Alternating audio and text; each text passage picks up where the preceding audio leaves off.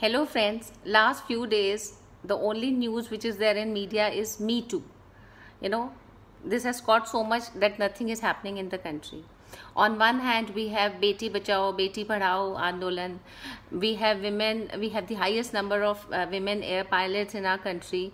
We have women making headlines in Air Force, Army. We have women making headlines in all global multinational companies. On the other hand, we have some women from Bollywood, who are trying to portray cases which were 5 years, 10 years back, and trying to show that how they were, used to by men and whatever. I don't know what is the truth or what is not, but what these women are trying to portray, that they are fighting for women empowerment, and they are some angels. My message to them: this is not women empowerment. You are doing more harm to women, because now any employer will think twice before hiring a woman. As it is right now, even employers think twice, because they feel if they hire a woman and they try and point a mistake on her work or her coming late, then she might she might file a case of harassment or any case, and in this case the employer suffers, because he is proven, he is assumed to be guilty unless proven innocent. So this is not the India that we are dreaming of.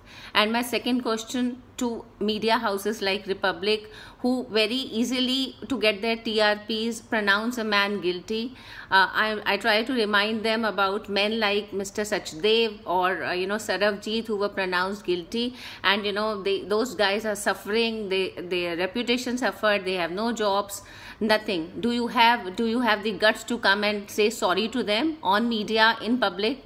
And my third request to this government: sir, please make strict laws against those women who use media just to get fame, and then when it comes to police dates and court dates, they never attend them, and they spoil the reputation of a man and walk free, and no one even cares about those men. It is high time that we do that. Otherwise, no women in the coming years will get a good job by any employer. Thank you.